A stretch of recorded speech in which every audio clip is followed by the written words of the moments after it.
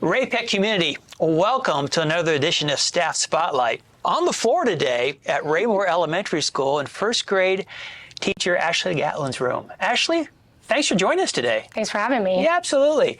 Hey, this is 4 years now in the Ray-Pec School District here in first grade. What's it like teaching first grade? How fun is that? It's fun. It's hard. Yeah. They're little, so it's just super fun. I think the thing that's the most fun in first grade is just seeing where they come in, and then by the end of first grade, they're completely different kids, and they've grown. I mean, even now, I have seen so much growth in all of them already, and it's wild. It's exciting, isn't it? I was outside looking at some of the student artwork and student work that's out there. The power of yet, to the statements you're using there, I think is pretty impactful on young people. Tell me what the power of yet is all about and some of the learning that was going on with that. So we read the story, The Magical Yet, which is, if you've never read it, is a really cute little story. And there's like the little yet guy, which they all colored. And so we spend a whole lot of time at the very beginning of the year talking about, we read the story, and then we talk about what are some things that we want to be able to do, Sure. and then things they can't do yet, but they'll be able to. And then we even talked about some things that like they might want to be able to do, but some people just aren't born with that innate ability, like singing. Like sometimes that's a talent that is given to you, but you can harness it and things like that. So we talked about doing like first grade things, like I can tie my shoes, or I can ride a bike without training wheels, or I can read all my sight words and things like that. So they had a lot of fun coloring it. And that's actually something I like to leave up all year so that they can look back and see where they were in August to May. Yeah, their progress over time. I mean, Absolutely. Meaning a lot to our young people as they learn to do great things. Yes, for sure. So I've been a frequent visitor to your classroom, and over the past couple of years especially, as I witnessed something I thought was very, very courageous and special. And we're going to talk about that. As we move to, I think, our Thanksgiving season, you have something extra to be thankful about each and every day. And we want to talk about that today. You had a cancer diagnosis. And so tell me about when you learned about your cancer diagnosis, and then we're going to talk about what we saw in the classroom from you as you walked through that. Okay. So I was diagnosed in February of 2023. And actually I found a lump, and it was not normal. And I was like, that's not right. And so we went to the doctors right away. And I remember thinking, I was just at home, and my best friend is actually the mammo tech that I saw. And she's like, oh, it's probably going to be nothing. You know, there's scares all the time. And I remember thinking it's going to be nothing. I wasn't worried at all. And then I remember the day of the scan, I woke up and I was like, what if it is something? And I don't know why I got that feeling, but I did. And so then we went, and I was in the office forever, it seemed like. And I remember looking at the screen and thinking, that's probably not what that's supposed to look like. I'm not really sure if that's normal. And so I remember my daughter is a dancer. And so I was actually getting ready to take her to the Prowler clinic at the high school. And the appointment was at like 2 p.m. And so I was like, oh, I have plenty of time. The Prowler clinic's at like 6. It was like 4:30 over in Overland Park. I was stressing out already. And the doctor comes in and she's like, I really think we need to go and have this looked at. It could be cancerous. And I was like, stupidly asked, what percentage of people do you think this lump looks like it's cancerous? She's like, oh, about 75%. I just lost it because I was not expecting that at all. So I remember like running out in the office. My husband wasn't able to go back in the room with me. So I was like, let's go now. And so we got in the car and I just lost it. And so then it was just kind of, from there, everything moved super fast. Actually, one of our third grade teachers, Brianna Pennington, her husband works for Truman, and he was able to get me an appointment very quickly with their oncologist there. So thank God that people were put into place to help me move quickly. And so he was able to get me in, and then we just and I remember thinking, I just don't want to have to go through chemo because I just don't want to lose my hair. I'll do all the other things. I just don't want to lose my hair. And so then when I was there, they were like, well, it's triple negative. And I was like, so do I have to do chemo? It was like, yeah, 24 weeks. And I was like, oh my gosh. And then they did tell me too, they're like, you won't be able to have any more kids and I was like, well, okay, that's fine. So I'm glad that wasn't also something that Sure. But yeah, so it just, like I said, it moved super, super fast. I got diagnosed February 3rd. I started chemo February 23rd. And it moved quick. I mean, I did chemo once a week. I would do chemo every day on Thursdays, and then I would come and teach on Fridays. And that's one thing that stood out with me as I kind of visited your classroom, is the courage that you showed to live that diagnosis out loud in front of your kids. So take us through that. What was that like as, your young people are watching this lived out before them?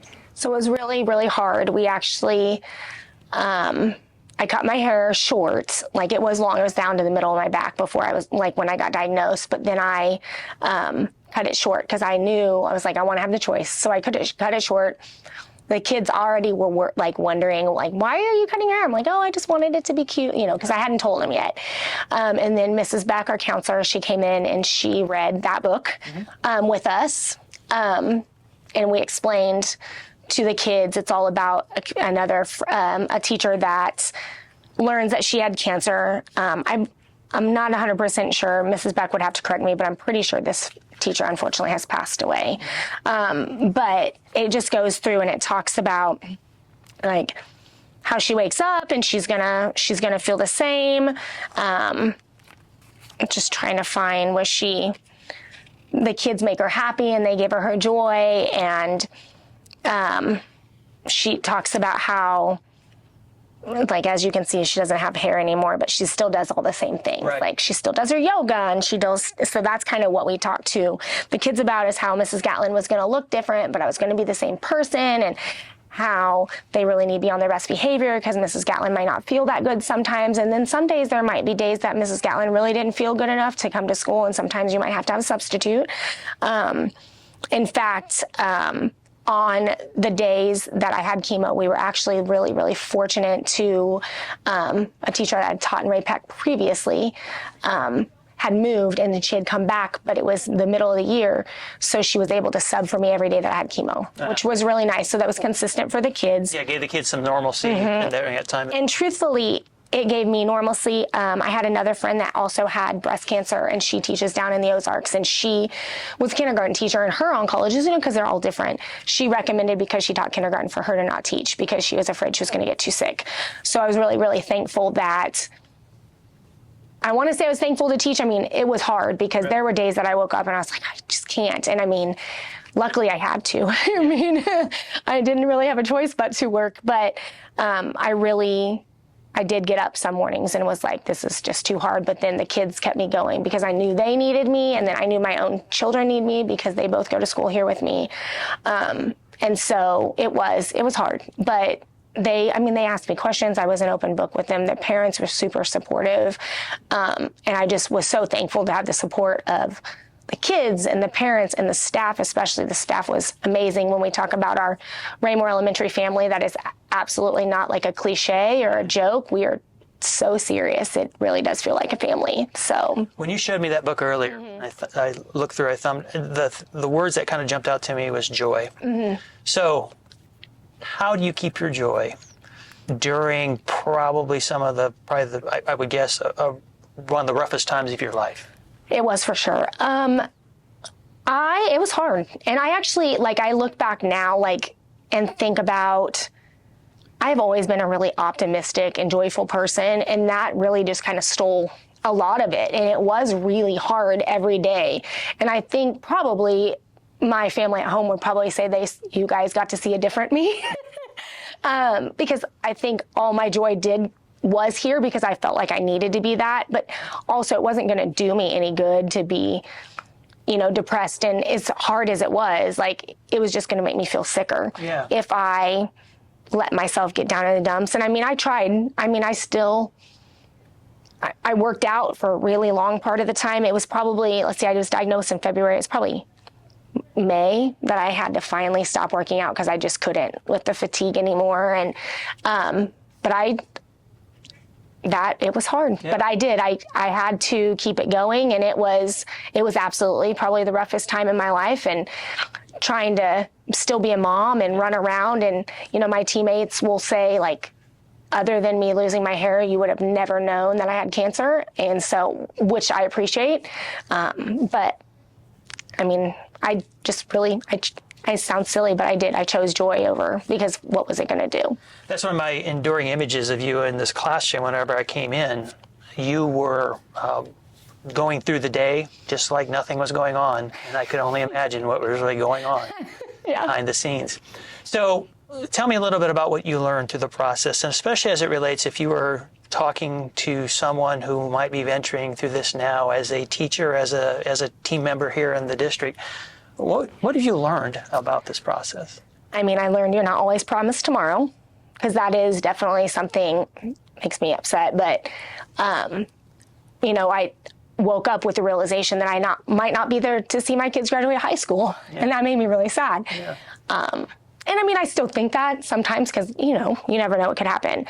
But I mean, I think that's number one is, I mean, just that every day is not promised to you. And I mean, that could be in any sense, obviously any situation, but I mean, it was just smack dab right in front of my face that it is not promised. And, you know, to really treat others the way you want to be treated, because I thought about like all the wonderful things that people did for me, and the meals that people provided for me, and all the help that everybody here and all of my friends gave me for running my kids around, because they're in 39 sports.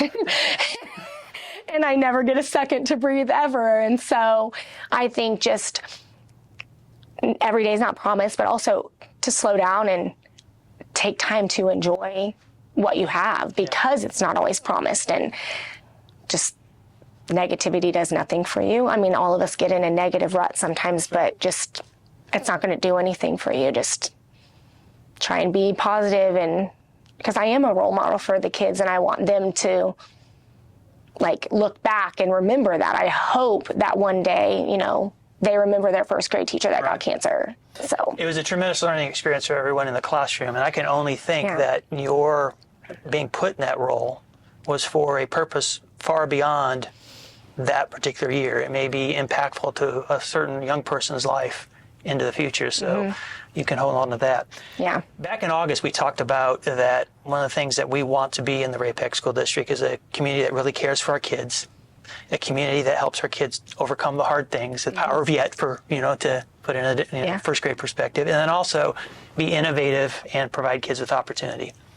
So how have your experience, do you think, helped our kids do any of those three as it comes to the teaching and learning process here in Ray-Pec? Well, definitely as far as doing hard things, obviously. I mean, I really can't think of anything harder than that. I mean, it was so hard on so many levels. I mean, they're just like, it's just woke up every day and it was hard, you know, it's just everything. Like, my mouth hurt because of the chemo, and I couldn't eat, and I was nauseous, and I was all the things. And so just teaching the kids that, number one, especially because they're little and they always have ailments. You know, sometimes you can have an ailment and you can be okay, and you're gonna persevere. It's gonna be fine. But also just, I don't know, just life is not easy. And that, I mean, I would tell them that all the time. Like, there are gonna be things that you experience in your life that are hard, and what's hard for one person isn't hard for another. And just looking at every single person and just knowing that everybody has a story.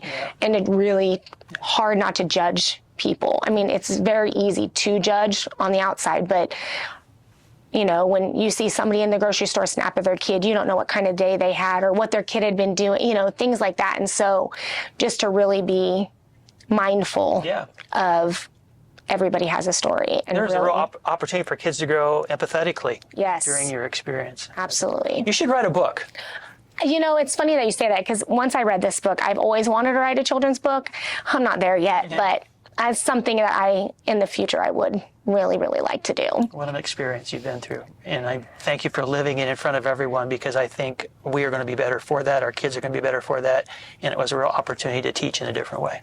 Thank you guys for being so supportive. I couldn't have done it without the support of everybody. It was just so flawless. I mean, it really couldn't have gone. I can't imagine it being any better. Excellent. So thanks for being our guest today. Thank you so much for having me. Ray-Pec community, that was Ashley Gatlin here at Raymore Elementary School first grade classroom and someone extra special who has something to be thankful for this Thanksgiving season. Tune in next time. We'll have another special guest. Until then, keep smiling and we'll see you soon.